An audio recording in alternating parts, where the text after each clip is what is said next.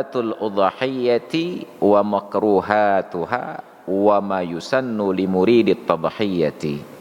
Sunat-sunat pada pelaksanaan kurban, makruh-makruh pada pelaksanaan kurban, dan perkara yang disunatkan untuk orang yang ingin berkurban. Menariknya, yakadu ayyakuna hunaka ittifaqun bainal fuqaha'i fi aghlabi mawadhi'i hadzal bahsi. Hampir-hampir saja terdapat kesepakatan di kalangan para fuqaha pada sebahagian besar tema kajian ini. Kesepakatan para ulama itu kecil sekali. Jarang sekali ada persoalan yang ulama sepakat. Selalu saja ada khilaf. Tapi tentang sunat pada bab kurban ini, perkara-perkara yang disunatkan saat penyelenggaraan kurban, itu hampir terjadi kesepakatan. Apa itu? Yustahabbu lil mudahhi qabla at-tadhiyati rabtul udhiyati qabla ayyamin nahri bi ayyamin. Disunatkan kepada orang yang ingin berkurban sebelum penyembelihan untuk mengikat hewan kurbannya beberapa hari dari waktu akan disembelih. Diikat dulu, beli lebih cepat, diikat secara khusus. Kenapa? Lima fihi minal isti'dadi lil qurbati wa idharir raghbati fiha. Karena pada proses mengikat hewan kurban kemudian diberikan pakan secara khusus, itu menunjukkan bahwa kurban itu dipersiapkan, bukan insidental. Niat itu sudah terpelihara, dan sekaligus untuk mempertontonkan, idhar, memperlihatkan raghbah, sukacita kita pada bab kurban tersebut. Logikanya begini, ketika dulu saya di Dewan Pengawas Baitul Mal Kota, ada keluhan dari kawan-kawan petugas lapangan. Sebahagian dari para pedagang tersebut, mereka keberatan untuk menyetorkan karena jumlahnya itu terlihat besar dalam setahun. Jadi ketika mereka konsultasi kepada saya sebagai Dewan Pengawas, saya sampaikan, kalau memberikan jumlah nominal dalam setahun itu berat, maka cara termudah, yang pertama mungkin memberatkan bagi petugas, dijemput setiap hari 2,5% transaksi hariannya itu. Karena itu merepotkan, maka lebih mudah tempatkan saja celeng tertulis di situ Baitul Mal, dikunci, taruh di atas laci pemilik toko, sampaikan ke beliau, Pak, transaksi setiap hari potong 2,5%, masukkan ke dalam celeng ini agar tidak terasa berat. Nanti akhir tahun telepon kami ambil. Tapi jangan Bapak hitung sendiri. Nah, karena kalau sudah dibuka celengnya, dihitung uangnya, itu langsung teringat cicilan pulan pah, karena peng 5 juta itu. Nah, maka ini menjadi tantangan tersendiri. Menyembunyikan nominalnya itu lebih dekat kepada keikhlasan. Memperlihatkan nominalnya menjadi sebuah tantangan untuk ikhlas. Nah, hewan kurban ini kalau tidak terlihat wujudnya, kita sudah setor 2.500.000, kita hilang uang itu tidak terlalu berkesan, tapi hilang barang itu teringat. Sendal selop swallow-nya hana mahaidat 10.000 yung sebasa. Hilang uang 10.000 kita tidak heboh. Tapi saat keluar dari masjid hilang sendal itu yang sudah kurang dari 10.000 karena proses pemakaian, heboh semasjid. Mau putar dari belah no tajak belah di tajak uku, sampai bertanyalah BKM-nya. Pakai Pak Ustaz, selop ke dah? Selop apa? Swallow ni. Padahal trip kena pakai, tinggal lai 5 senti tu. Padahal nominalnya itu kurang, tapi karena wujudnya terlihat, keikhlasan kita ditantang. Maka orang berkurban ketika menyetorkan cicilannya 200.000 atau diberikan uangnya 2.500.000 kepada panitia, tidak terlalu berkesan. Tapi ketika itu berbentuk seekor kambing, diikat, ditambat, diperhatikan setiap hari, dan dia harus ikhlaskan bahwa ini akan saya sembelih, ini akan saya sembelih, tantangan dan godaannya itu semakin tinggi. Maka untuk menunjukkan bahwa dia ikhlas, ikatkan. Orang yang tidak ikhlas dia akan katakan, baik lemah dia ingat lah untuk. Maka idharan lirraghbah, untuk menyatakan kesukacitaannya tersebut. fayakunu lahu fihi ajrun wa thawabun, maka pada proses mempersiapkan itu pun dapat pahala. Kita datang ke masjid, salat berjamaah ke masjid itu bagus. Tetapi yang lebih bagus adalah datang ke masjid ini dipersiapkan, bukan insidental. Kebetulan sambil lewat sudah berkumandang qamat singgah. Tapi memang diniatkan. Walaupun singgah itu pun tanpa sengaja, tapi saat keluar dari rumah sudah dipersiapkan. Ya Allah, saya berangkat pagi ke kantor, ke toko, ke tempat usaha. Mungkin nanti waktu pulang bertemu waktu salat di jalan, maka saya persiapkan ada kain sarung, ada peci, barangkali nanti celananya kotor. Persiapan ini kadang-kadang terlihat pada orang lain. Ada yang numpang ke kendaraan kita, hanya nyampe jakrung likut Pak.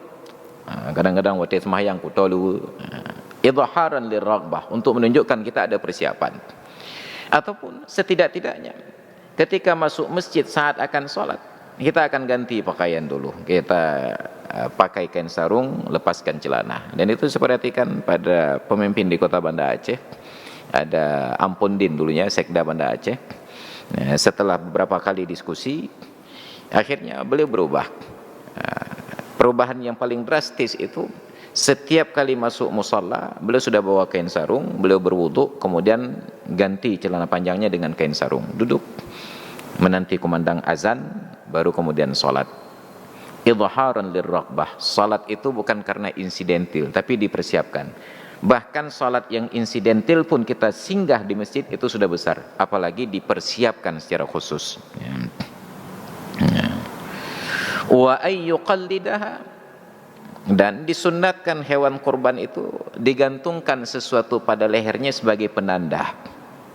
Dulu kalau kita lihat orang pelihara kambing di kampung itu diikat ada kayu segitiga loh. Salah satu khasiatnya agar tidak sembarangan bisa masuk ke pagar orang lain. Karena kalaupun kepalanya lewat, lehernya tertahan. Tapi sekarang bahkan bulunya itu dibuat minyak biar mulus masuk pagar orang lain. Karena ada umpannya di dalam pagar orang lain. Diikat khusus, dituliskan hewan kurban, hewan kurban. Itu disunatkan. Kal hadi, sama seperti hewan yang akan dihadiahkan ke tanah haram yang dibawa oleh jemaah haji jalan kaki dulunya dari Madinah atau dari daratan yang lain menuju Mekah. Kenapa? Wa yujallilaha, dan dihiasi, didandani. Dari sinilah muncul tradisi dalam masyarakat kita. Geboh lipstik, pakai bedak, disisir rambutnya, semprot minyak wangi. Tapi makna itu menjadi berlebih-lebihan. Karena mendandani sesuatu sesuai dengan kadar dan ukurannya. Orang laki-laki berdandan jangan diserupakan dengan perempuan berdandan. Tiba-tiba laki-laki datang ke salon sudah pakai eyeshadow, kemudian pakai maskara, maka ilhamnya. Itu bahkan sama-sama manusia. Hanya karena satu laki-laki, satu perempuan, dandanannya berbeda. Nah, kenapa sekarang saat mendandani kambing kita terbayang seperti mendandani seorang perempuan? Gak pakai. Ini menjadi masalah. Maka pemahaman itu harus tuntas. Tidak boleh dipahami hanya sepintas menurut kata saja didandani. Mudah-mudahan tak pakai lipstik. Padahal kambingnya jantan. Mau orang agama tak pakai lipstik bengeh. Jadi tidak makna dandani itu secara harfiah seperti mendandani perempuan menjadi pengantin, tapi disesuaikan. Karena ini kambing, apa dandanan pada kambing? Bulunya dibersihkan, dimandikan. Mama no bak kambing kau musibah cik. Ya, dimandikan, dibersihkan, dirawat bulunya. Wa ayyujallilaha, diperbagus, dihiasi. Ya, kalau perlu digosok giginya. Ya. Kenapa? Liyash'ura bi ta'dhimiha, agar muncul perasaan bahwa saya mengagungkan hewan kurban ini, diperlakukan secara khusus. Liqaulihi ta'ala, berdasarkan firman Allah Ta'ala, wa man yu'azzim sya'airallahi fa innaha min taqwal qulub, dan barang siapa yang mengagungkan syiar-syiar Allah, maka sesungguhnya yang demikian itu sebahagian dari ketakwaan di dalam hati. Dikhususkan perlakuannya. Wa ayyasuqaha ilal madhbah suqan jamilan la anifan, dan ketika dibawa ke tempat penyembelihan dibawa dengan perlahan, dengan lembut, tidak dengan cara yang kasar. Tidak main seret saja. Kambingnya bertahan dengan rem cakram di 4 kaki, kemudian penyembelihnya menarik dengan tenaga bulldozer. Terjadilah dua kutub magnet yang saling bertolak belakang. Ada proses diajak sehingga muncul seolah-olah kambing itu ikhlas untuk disembelih. Dulu itu diperlakukan dengan bijak. Cuma kalau dalam sistem kepanitiaan stres juga. Kenapa? Karena panitia dikejar oleh target sekian banyak belum disembelihnya, sabuh dong kayak pegang lagi apa dia. Maka OBE tanya aja. Ada proses ditarik dengan cara yang lembut. Wa alla yajurraha birijliha, jangan diseret, kakinya bertahan terus diseret saja, diproses dengan cara yang lembut. Dan makruh bagi orang yang membeli hewan kurban untuk memerah susunya dan untuk mengambil bulu-bulunya. Kalau sudah dibeli, itu berikut semua yang ada di dalamnya itu adalah sudah diniatkan untuk sedekah. Tiba-tiba oleh pemilik melihat ada kesempatan, oh maknya tang hila susu mana, diperahlah susunya. Makruh. Ini bulunya masih lebat tebal, nanti toh juga akan disembelih ke takoh ju bulele tapi belau, atau diambil manfaat pribadi. Makruh. Au yantafi'a biha, atau diambil manfaat yang lain. Rukuban au hamlan, ditunggangi atau untuk membawa beban. Umpamanya unta dijadikan unta kurban. Maka kalau sudah diniatkan untuk korban, naik ke atas unta itu untuk memanfaatkan tunggangan, makruh. Au hamlan, atau membawa barang di atasnya, makruh. Jadi benar-benar binatang yang mau dijadikan korban itu diperlakukan secara istimewa. Au yantafi'a bilahmiha idza dzabahaha qabla waqtiha, ataupun diambil manfaat dagingnya apabila disembelih sebelum waktunya. Tidak boleh.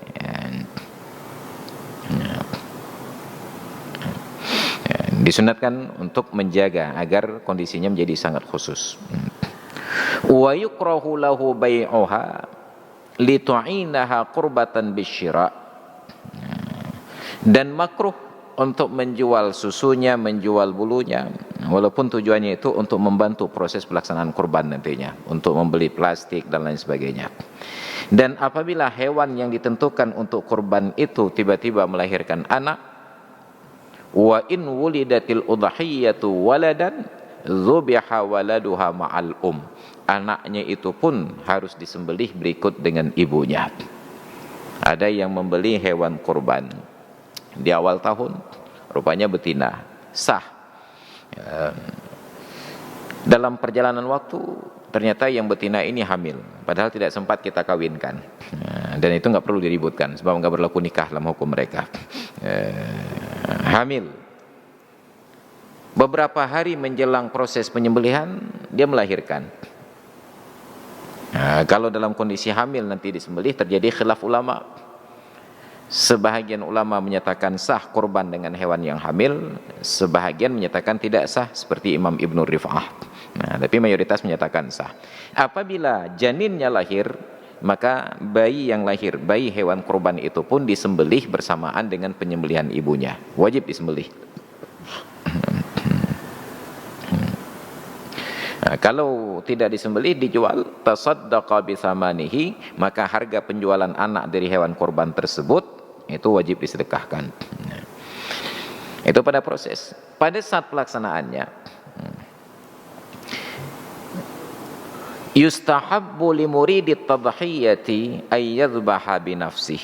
Disunnatkan kepada orang yang berkorban, penyembelihan itu ditangani sendiri, menyembelih masing-masing sendiri. Inilah masalahnya, keberanian kita enggak cukup untuk menyembelih hewan. Jangankan kambing yang besar, bahkan ayam pun harus mencari tengku imum oleh. Enggak sampai hati, karena kalau menyembelih sendiri ayamnya masih hidup, yang menyembelih sudah pingsan. Saking lemahnya mental kita sekarang ini. Yang kalau ikut masuk tes fakultas kedokteran mesti roh lewat. Sembelih sendiri. Li'annahu qurbatun, karena penyembelihan itu qurbah, ibadah, mendekatkan diri kepada Allah Ta'ala. Famubasharatuha binafsihi afdalu min tauliyatiha ghairahu, maka melangsungkan sendiri, menyembelih sendiri lebih bagus daripada diwakilkan kepada orang lain. Ini persoalannya fadilah dan afdal, bukan perkara tentang sah dan batal. Mau dilakukan sendiri lebih bagus, tidak mampu melakukan sendiri juga bagus. Yang tidak bagus adalah yang tidak berkorban. Dengan dalil, kenapa lebih bagus sendiri? Dalilnya bahwa Nabi sallallahu alaihi wasallam menyembelih 100 ekor unta hadiah untuk tanah haram, 63 ekor dengan tangan beliau sendiri, yang sisanya diserahkan kepada Sayyidina Ali. 63 ekor unta beliau sembelih sendiri. Ya, ini Nabi. Tapi kalau yang punya kurban tidak mampu untuk menyembelih, ataupun mampu tapi tidak tahu teknik penyembelihan, anaba anhu ghairahu musliman, maka diwakilkan kepada orang lain. Kalau mau digantikan, yang menggantikan itu seorang muslim, tidak boleh kafir kitabi, karena sembelihan orang kafir kitabi itu makruh. Walaupun sah sembelihannya tetapi makruh.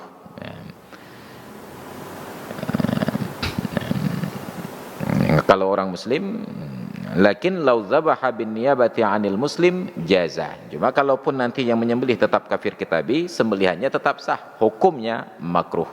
Sah tapi makruh. Nanti ada yang sah tapi haram sekaligus. Wa ammal majusi fayahrumu dzibhuhu. Adapun orang majusi haram sembelihannya.